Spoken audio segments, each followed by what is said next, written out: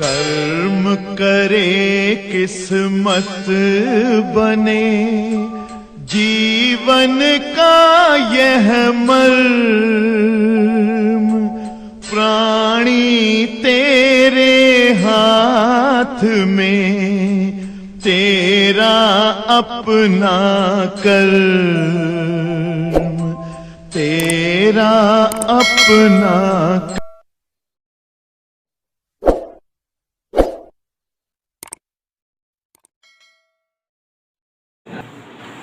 Dear students, we are solving the numericals of lesson moving charge particle and magnetism। देखो बच्चों, moving charge particle और magnetism नामक lesson के numerical चल रहे हैं। और बेटा ध्यान से याद रखिए, इस लेसन में केवल दो ही चीजें पूछी जाती हैं। कल हमने बताया था we have required of only two things। First is intensity of magnetic field, हमें इंटेंसिटी ऑफ मैग्नेटिक फील्ड मालूम करना रहेगा। और दूसरा टॉपिक था लॉरेंज फोर्स या मैग्नेटिक फोर्स की रिक्वायर्ड रहेगी। तो we have required of intensity of magnetic field as well as we have required of Lorentz force और मैग्नेटिक फोर्स।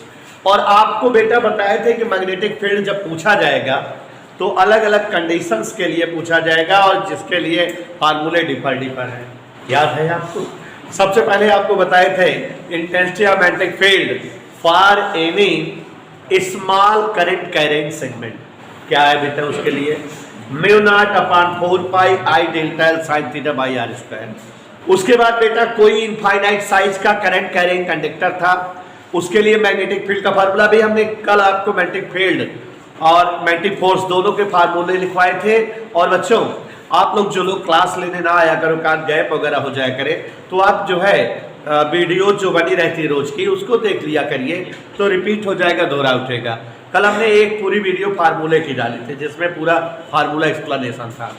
तो आज जो कल नहीं आए थे वो फार्मूले देख करके एक्सप्लेनेशन कर लेंगे ऋषभ गुप्ता जी।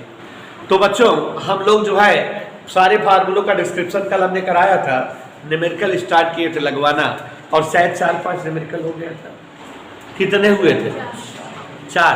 5वां से हम पढ़ रहे हैं। अकील डाक 5वां क्वेश्चन पढ़ दो तो हम हमारे सामने बुक रखी है, हम पा जाएंगे। अचार्ज क्यों, यही है क्या? कह दे बेटा। और हमने होमवर्क दिया था 12-13 क्वेश्चन लगा के आइएगा। अभी बेटा मैं थोड़ा सा ताकत हाथ में मेरे आने दो, मैं बहुत तगड़ा मारूंगा, अभी मैं चेक करूंगा काफी शक्ति। चलिए पढ़ते हैं, ध्यान दीजिएगा। अचार्ज क्यों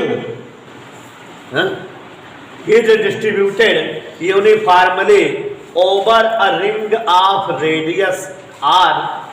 The ring is moving about its symmetricalness with angular frequency omega.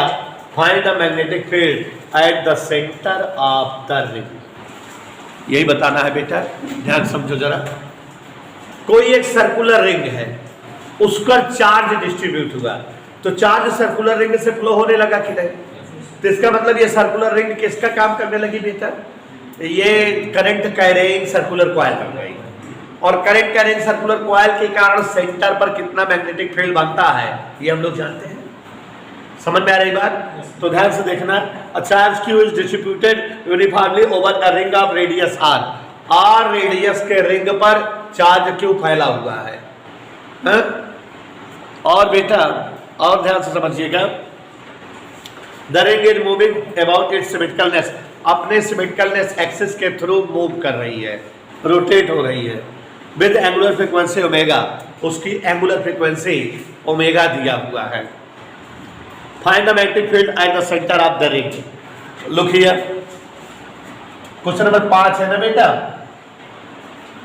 Magnetic field at the centre of the ring. वैसे क्या होता है बच्चों, याद करो, mu naught upon 2 pi, formula बताइए, N I by R, I by mu naught upon 2 I by R, ऐसे था। याद है बेटा? अगर कोई सर्कुलर कॉइल है तो टोटल मैग्नेटिक फील्ड और any current carrying circular coil at its centre mu naught N I by 2 R, ये फार्मूला होता है। तो यहाँ रेडियस कैपिटल आर दी है तो वैसे कैपिटल आर लिख दे रहे हैं। यहाँ पर हो गया बेटा म्यू नॉट अपॉन 2 आर, आई की जगह क्या लिख सकते हैं बेटा, आई की जगह क्या लिख सकते हैं, क्यों बाई टी, एनी डाउट बेटा। टी का मतलब क्या होता है, यहां पर देखो जरा 1 upon T mu naught upon 2 R into Q. 1 upon T means frequency. आप जानते हो टाइम पीरियड का अपोजिट क्या होता है बेटा, फ्रीक्वेंसी। क्या होता है, फ्रीक्वेंसी। टाइम पीरियड का अपोजिट क्या होता है बेटा, फ्रीक्वेंसी। और अब जो है हम यहाँ पर फ्रीक्वेंसी लिखेंगे। एक चीज और डालो बेटा, जरा थोड़ा सा समझ लीजिए। यहाँ पर जो है 1 अपॉन टी को हम EL लिख दिए, कोई डाउट क्यों, क्योंकि बेटा फ्रीक्वेंसी यानी इक्वल 1 अपॉन टाइम पीरियड, यही तो होता था बेटा। समझ आ रहा है कि नहीं। आगे देखो mu naught upon 2r into Q into N. यहां पर समझने वाली बात यह है बेटा कि एंगुलर फ्रीक्वेंसी दिया है, फ्रीक्वेंसी नहीं दिया है। Be know that omega equal 2 pi N, ये भी जानते हो बेटा। ओमेगा इक्वल क्या होता है, 2 पाई एन। छोटी क्लासों में पढ़े हो omega equal 2 pi N, omega equal 2 pi by T, ये सब पढ़े हो ना बेटा। तो एन इक्वल क्या हो जाएगा, ओमेगा अपॉन 2 पाई। तो जहां एन है वहां क्या राइट कर दें, तो यहां हो गया mu naught upon 2r Q into omega upon 2 pi. Any doubt. इसको हम बेटा ऐसे भी लिख सकते हैं म्यू नॉट अपॉन 2 जा 4 pi into Q omega by R. ये मैग्नेटिक फील्ड के बारे में ये फार्मूला आ गया, क्योंकि ये बेटा पूरा का पूरा कांस्टेंट होता है। तो ये मैग्नेटिक फील्ड का फार्मूला ये आ गया कि नहीं। देखते हैं क्या पूछ रहा है, देखो क्या पूछ रहा है बेटा, find the magnetic field at the, आ गया बेटा मैग्नेटिक फील्ड आ गया at the centre of ring, आ गया कि नहीं, सरल लगा कि नहीं बेटा। चलिए क्वेश्चन नंबर नेक्स्ट पढ़ो जरा अगला। हाँ चलिए आ गए बेटा जाए, अगला क्वेश्चन पढ़ रहे हैं, question number 6। 10 ampere current is flowing in a long straight wire. What will be the field produced at a point distance 10 centimeter from the wire, by which the direction of field be decided. देखो बेटा आपको intensity of magnetic field कभी small segment के कारण, कभी circular coil के centre पर, कभी सर्कुलर कॉइल के एक्सिस पर, you have to find out magnetic field for any straight wire, for any current carrying solid wire, for any current carrying toroid. सभी के लिए मैग्नेटिक फील्ड निकालने का फार्मूला हमने लिखाया है। यहाँ जो क्वेश्चन है जानवी बेटा, क्वेश्चन हम पढ़ रहे हैं, आप सुन लिए होंगे, एक बार फिर सुन लो। 10 ampere current is flowing in a large straight wire. कोई एक सीधा चालक तार है, उसमें 10 एम्पियर की करंट फ्लो कर रही है। Amount of current is 10 ampere. कह रहा है इस वायर से 10 सेंटीमीटर की डिस्टेंस पर मैग्नेटिक फील्ड बताओ। तो you have to find out magnetic field at a distance of 10 centimetre from the wire. कोई डाउट बेटा। अब आप जान रहे हो बेटा कि अगर स्ट्रेट वायर होता है तो आपको पता है स्ट्रेट वायर के कारण इंटेंसिटी ऑफ मैग्नेटिक फील्ड का फार्मूला होता है mu naught upon 2 pi I by R. तो वही लगा दे, एडवांस आंसर आ जाएगा। इस एक्सरसाइज में फार्मूले ज्यादा हैं, न्यूमेरिकल ज्यादा है, बट इजी है, फार्मूला डिपेंडेंट है। तो एक फार्मूले पर 2 क्वेश्चन लगाओगे, याद हो जाएगा। यहाँ इंटेंसिटी ऑफ मैग्नेटिक फील्ड का फार्मूला बताओ बेटा। कोई अगर स्ट्रेट वायर है उससे r डिस्टेंस पर, और किस लॉ से पता लगता है intensity of magnetic field, Biot Savart law से। समझ आ रहा है। Mu naught upon 2 pi I by R. जानू बेटा हमने होमवर्क दिया था कि लगाए होते तो आ जाता, महान आत्माएं वो लगाते नहीं तो अच्छा ठीक है, गुड।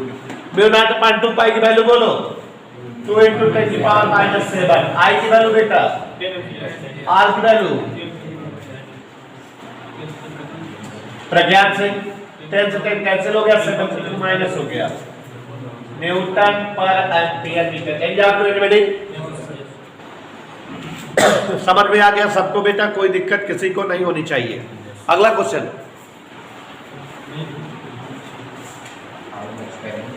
हाउ मच पढ़ रहे हैं क्वेश्चन बेटा, सुनिएगा।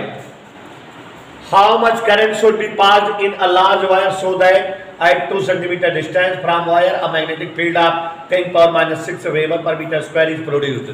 देखो बेटा जो अगला क्वेश्चन है वो इस क्वेश्चन का अपोजिट है. इस क्वेश्चन में we have given a wire in which 10 ampere current is flowing and at a distance of 10 centimeter we have to required of magnetic field. magnetic field जानना था. अभी जो क्वेश्चन है उसमें कह रहा हाउ मच करंट पास्ड, माने कितना करंट जो है बहेगी, फ्लो करेगी. मतलब अब अगले वाले क्वेश्चन को इसी का अपोजिट कर दिया है. We have required of current, current मालूम करनी है, जिसके लिए कह रहा है कि स्ट्रेट वायर से 2 सेंटीमीटर की डिस्टेंस पर, कितनी डिस्टेंस पर बेटा, 2 सेंटीमीटर की डिस्टेंस पर magnetic field 10 power minus 6 weber per metre square का बनता है. Amount of magnetic field is given, amount of distance from the wire is given, we have to find out amount of current. current निकालना है, बाकी सब दिया हुआ है. इसी फार्मूले का यूज करें बेटा. Any doubt? Mister Pragyan Singh, any doubt to you? चलिए, so B equal mu naught upon 2 pi I by R. Okay बेटा. B की जगह 10 पावर माइनस 6, इसकी जगह 2 इंटू 10 पावर माइनस 7, आई नहीं मालूम. आर की जगह बेटा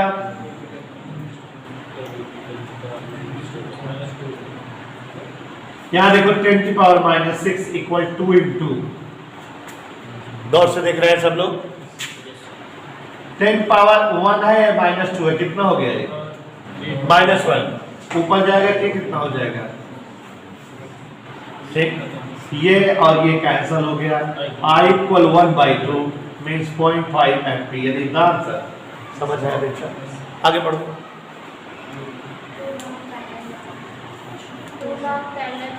हाँ, अगला क्वेश्चन पढ़ रहे हैं, ध्यान सुनिएगा. 2 long conducting wire, 2 long parallel wires are at 4 centimeter from each other. I and 3I currents are flowing in them respectively. At which point the magnetic field produced will be 0 due to current in both wire. देखो बेटा अगला question थोड़ा सा जानकारी वाला है. 2 wire हैं जिनमें अलग अलग अमाउंट की करंट फ्लो हो रही है. दोनों वायर एक निश्चित डिस्टेंस पर प्लेस्ड हैं. किस प्लेस पर उनमें जो है मैग्नेटिक फील्ड उनके बीच का 0 होगा, यही बताना है. क्वेश्चन समझ में आया? तो क्वेश्चन हम लगवाते हैं, आप ध्यान से देखिएगा, सभी बच्चे ध्यान दीजिएगा तभी समझ में आएगा. 2 होगा. हाँ बेटा, हम 10 सेंटीमीटर लिख दिए हैं क्या, हम रेडियस 10 सेंटीमीटर है ना. हाँ, तो यहाँ वो वहां पर 10 था ना, वही आता 10 सेंटीमीटर रेडियस का क्वेश्चन था.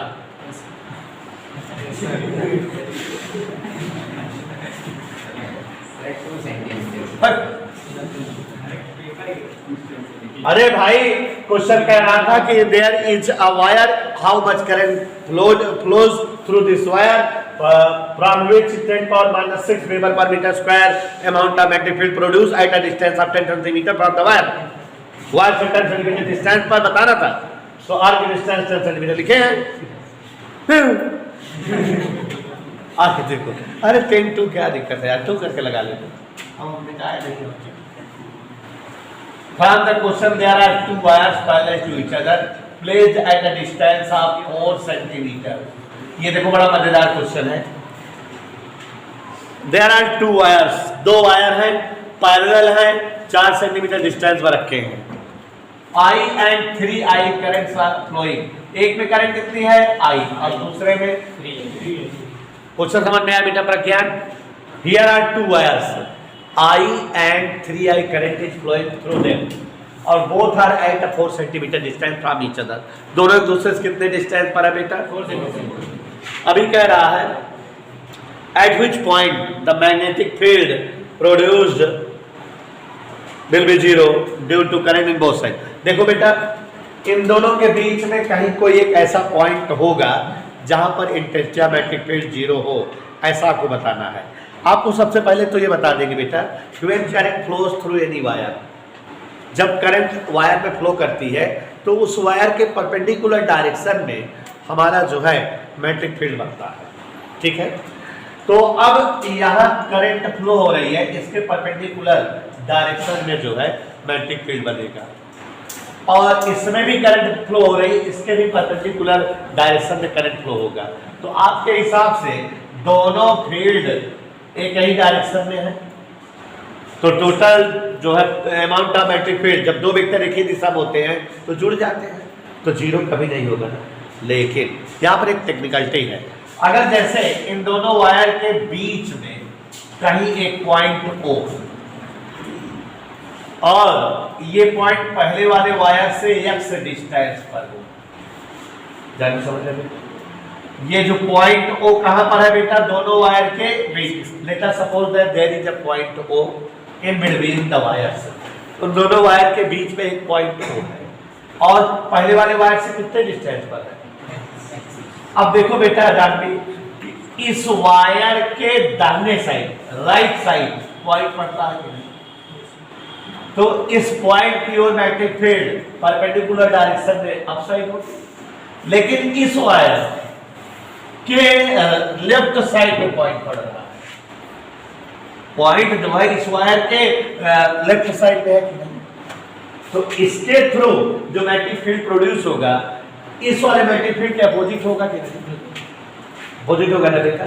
जैसे अगर मान लो ये इसका इधर हो तो इसका क्या होगा, यही तो, क्योंकि ये जो पॉइंट O है it is situated at the right side of the first wire but at the left side of the second wire. तो जब कभी दो वायर में सेम डायरेक्शन में करंट फ्लो होती है और अगर कोई पॉइंट पर मैग्नेटिक फील्ड बताना हो और पॉइंट दोनों वायर के बाहर हो तो टोटल मैग्नेटिक फील्ड दोनों मैग्नेटिक फील्डों का सम होता है, जुड़ता है। लेकिन अगर पॉइंट बीच में हो तो यहाँ पर दोनों मैग्नेटिक फील्ड अपोजिट डायरेक्शन में होंगे, इसलिए रिजल्टेंट मैग्नेटिक फील्ड क्या होगा, माइनस होगा। तो देखो पहले वायर के थ्रू बना हुआ मैग्नेटिक फील्ड और दूसरे वायर के थ्रू बना हुआ मैग्नेटिक फील्ड अपोजिट डायरेक्शन के होंगे, और इसलिए रिजल्टेंट मैग्नेटिक फील्ड क्या होगा, दोनों का डिफरेंस। समझ रहे बेटा। तो यहाँ पॉइंट O की सिचुएशन पहले वाले वायर से अगर x है तो दूसरे वायर से कितना होगी, 4 माइनस x। इधर क्लियर। पहले वायर के कारण produce magnetic field vector V1 जैसे कि अप साइड हो, तो दूसरे वायर की डाउन साइड V1 है और ये V2। Vector V1 and vector V2 और द इस वायर से x डिस्टेंस पर, इस वायर से 4 माइनस x डिस्टेंस पर, और the magnetic field produced by both wire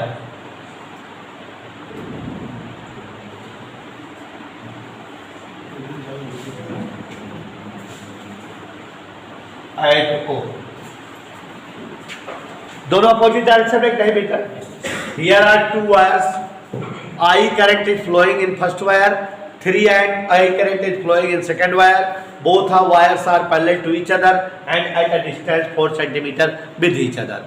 Let there is a point O in between them where final magnetic field intensity is 0. According to question, कह रहा है कि ऐसा कौन सा पॉइंट होगा जहां इंटेंसिटी 0 हो। मान लेते हैं that point is O, which distance from first wire is x and which distance from second wire is 4 minus x. Is that okay? If first wire create magnetic field B1 and second wire create magnetic field B2 at O, both magnetic field are opposite in direction because point O is situated at right side from the first wire but left side from the second wire. तो अगर अभी ये point यहाँ होता तो उधर ये भी बनाता, उधर ये भी बनाता। O की कंडीशन दोनों वायर के लिए विपरीत पोजीशन है, अपोजिट पोजीशन है, इसलिए इंटेंसिटी ऑफ मैग्नेटिक फील्ड जो है क्या होगी, अपोजिट होगी, और रिजल्टेंट मैग्नेटिक फील्ड क्या होगा, माइनस हो जाएगा। जब दो वेक्टर अपोजिट डायरेक्शन में होते हैं तो उनका रिजल्टेंट क्या होता है, minus. So vector B will be vector B1 minus vector B2। Question ने रिजल्टेंट इंटेंसिटी कितना दिया है, 0। Vector B1 minus vector B2, इसको इधर ट्रांसफर कर लो, vector B1 equal vector B2 means B1 equal B2। इधर ओके बेटा। V1 की वैल्यू बताओ, म्यू नॉट अपॉन 2 पाई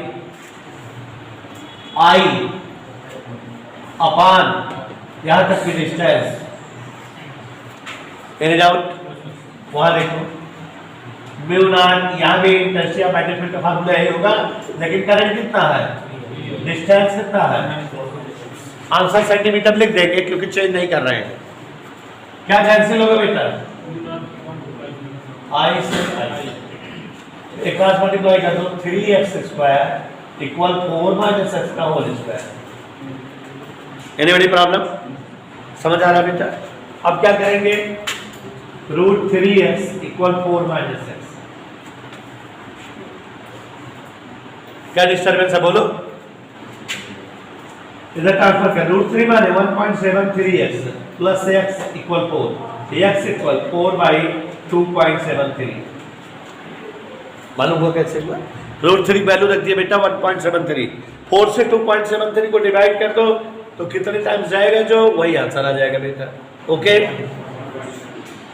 कितना आ जाएगा बेटा, डिवाइड कर दो, यहां बेटा डेसिमल लगाएंगे 40 हो जाएगा, तो 13 27 130 जो 12 जो 10 1.46 centimetre. Okay, is the answer. हाँ, डिवाइड कर लीजिएगा। 5 microampere current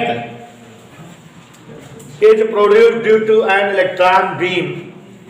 Calculate how many electrons are passing per second through any point. The field produced at 0.50 centimeter from the beam. देखो बच्चों, क्वेश्चन पहले समझो क्या कह रहा है, तभी आप इसको लगा सकते हो। तो ध्यान दीजिए, देखिए कौन सा क्वेश्चन बता रहे जा रहे हैं बेटा, क्वेश्चन नंबर 9 बता चुके ना, 10वां। हाँ चलिए ध्यान दीजिए, बस नंबर गलत है तुम लोगों का।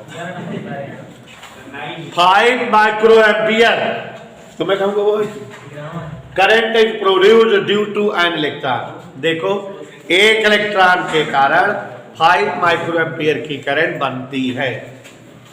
ध्यान से देखिए बेटा, 5 micro ampere current is produced by 1 electron. एक इलेक्ट्रॉन का चार्ज क्या होता है बेटा, हाँ, माइक्रो एम्पियर का मतलब बेटा 5 × 10⁻⁻⁶ एम्पियर। क्वेश्चन पढ़ता जा रहा हूं, एक्सप्लेन करता जा रहा हूं, क्या दिक्कत है। 5 micro ampere current is produced due to an electron beam. एक इलेक्ट्रॉन की किरण कोई है, पुंज है, उसके कारण इतना करंट बनता है। ध्यान देना, calculate how many electrons are passing per second through any point. आपको बताना है कि कितने जो है इलेक्ट्रॉन वहां पर पास आउट हो रहे हैं 1 सेकेंड में। पहला खंड आई का फार्मूला पीछे की क्लास में पढ़े हो, आई इक्वल यानी अपॉन टी पढ़े होते बेटा, इसके पहले वाले लेसन में। I equal charge upon time, तो आई इक्वल यानी अपॉन टी। तो यहां पर ध्यान दो जरा, एक क्रॉस मल्टीप्लाई कर दो, यानी इक्वल आई इंटू टी अपॉन ई। कोई डाउट बेटा? तो बोलो, आई की जगह 5 × 10⁻⁻⁶ टाइम पर सेकेंड 1 सेकेंड। Electronic charge 1.6 × 10⁻⁻। आप लोगों को एक बात बताऊं, ये 5 डेसिमल हटाओगे 50 हो जाएगा, 50/16 इंटू, याद है मैंने 19 ऊपर गया, 19 से गया 30। अरे भाई अगर मैं याद रहा कर क्या बोलते हो, 3.125 यार डिवाइड कर दिए। हाँ, सोच रहे थे तो डिवाइड कर दो 3.125, ठीक है ना बेटा, डिवाइड करने पर इतना आएगा। इतने इलेक्ट्रॉन उस बीम से पास हो रहे हैं जिससे करंट 5 माइक्रो एम्पियर बन रही है। समझ गया बेटा? अभी और क्या कह रहा है इसी में, कह रहा है the field produced at 0.50 semi from the beam. इस बीम से, जैसे ये इलेक्ट्रॉनों की एक बीम है, ऐसे बीम मतलब इलेक्ट्रॉन पुंज, ठीक है, इससे 50 सेंटीमीटर की डिस्टेंस पर, कितने डिस्टेंस पर, 50 सेंटीमीटर, कोई पॉइंट हो वहां कितना इंटेंसिटी मैग्नेटिक फील्ड बनेगी, इसमें करंट दिया ही हुआ है। तो अब बेटा तुम प्रज्ञान हो, आर की वैल्यू कितना दिया है, 50 cm, it can be written as, बहुत बेकार हो तुम लोग, कितनी बार बताए हैं कि शॉर्टकट की कैलकुलेशन समझा करो। It can be written as half metre, simple. तो बी का फार्मूला क्या होगा, mu naught upon 2 pi I by R, यही फार्मूला होता है। Mu naught upon 2 pi value बोलो, आई की वैल्यू 5 इंटू 10 पावर, हाँ बच्चों, आर कितना है, जल्दी नहीं आ जाएगा, 100 कर रहे हो, 2 पर गया, 2 इंटू, देखो 5 2 जा 6 हो गया, ये 6 6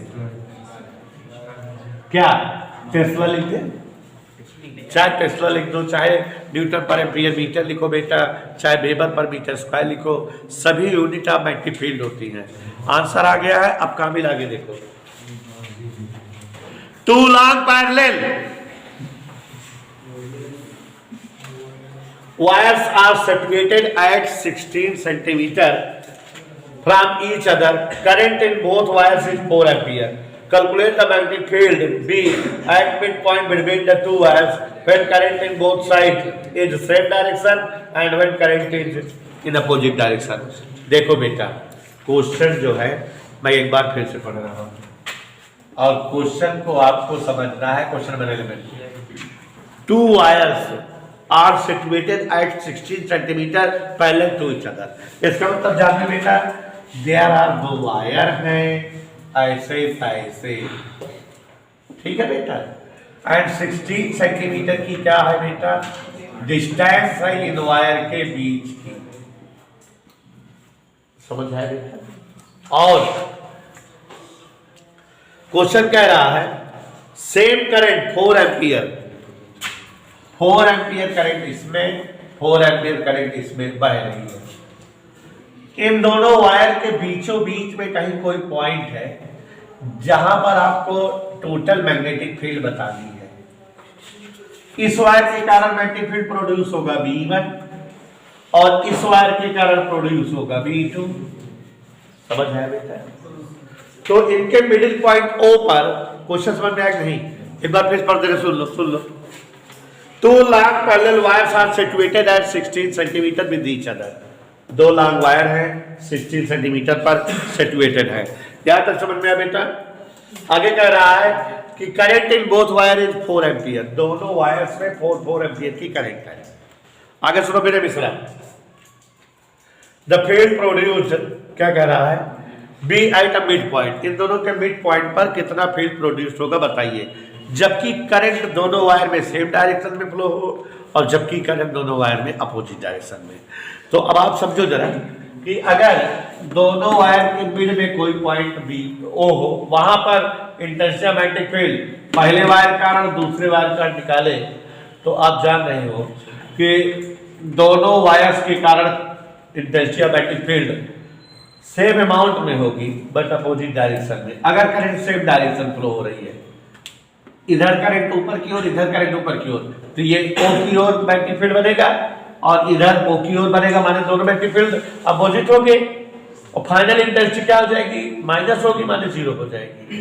लेकिन जब दोनों में करंट अपोजिट डायरेक्शन हो, एक में करंट ऊपर हो और जब में एक में करंट नीचे, तो दोनों की इंटेंसिटी सेम डायरेक्शन हो जाएगी, क्योंकि करंट की डायरेक्शन चेंज हो गई। तो जैसे अगर चेंज ना होती तो इसका इधर होता, डायरेक्शन चेंज हो गई तो उधर हो गई, तो दोनों इंटेंसिटी सेम डायरेक्शन हो गई और सेम डायरेक्शन हो गई बेटा जुड़ जाएगी। तो देखो पहला condition, when current is in same direction, जब दोनों वायर में करंट जो है सेम डायरेक्शन में फ्लो कर रही हो, तो intensity magnetic field vector B will be vector B1 minus vector B2, यही होगा ना बेटा। जब सेम डायरेक्शन रहेगा तो इसके राइट साइड है और इसके लेफ्ट साइड है, जो अभी बताए थे कुछ देर पहले एक क्वेश्चन में।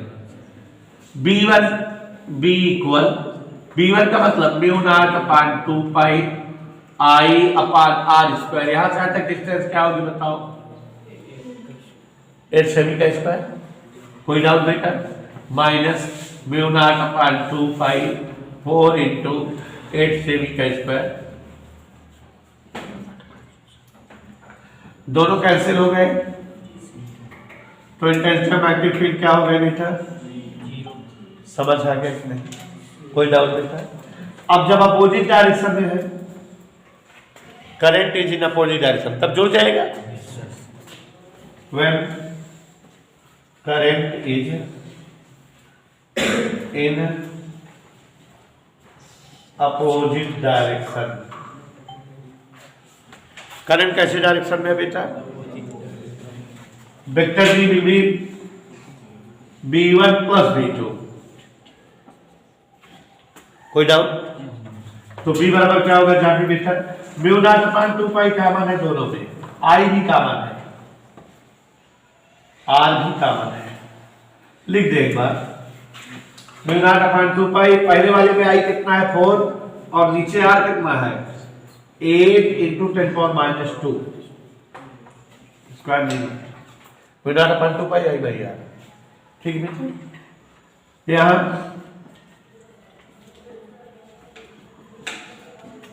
सेंटीमीटर में हटा दिए हैं, ठीक है? वहां कटता है इसीलिए देखो सेंटीमीटर सेंटीमीटर लिख दिए थे, अब चेंज नहीं किए थे, यहां जुड़ेगा। कितने टाइम से बेटा ये? तो 2 इंटू म्यू नॉट अपान 2 पाई इंटू 4 अपान 8 into 10 power minus 2, any doubt बेटा? 2 और 4 ये 8 कैंसिल हो गया। Mu not upon 2 pi value बेटा 2 इंटू 10 पावर माइनस 7 और ये 2 कम हो गया तो 5 टेस्ला या न्यूटन पर एम्पियर मीटर या वेबर पर मीटर स्क्वायर, चाहे जो राइट कर दो। कोई डाउट बेटा? लगाओ।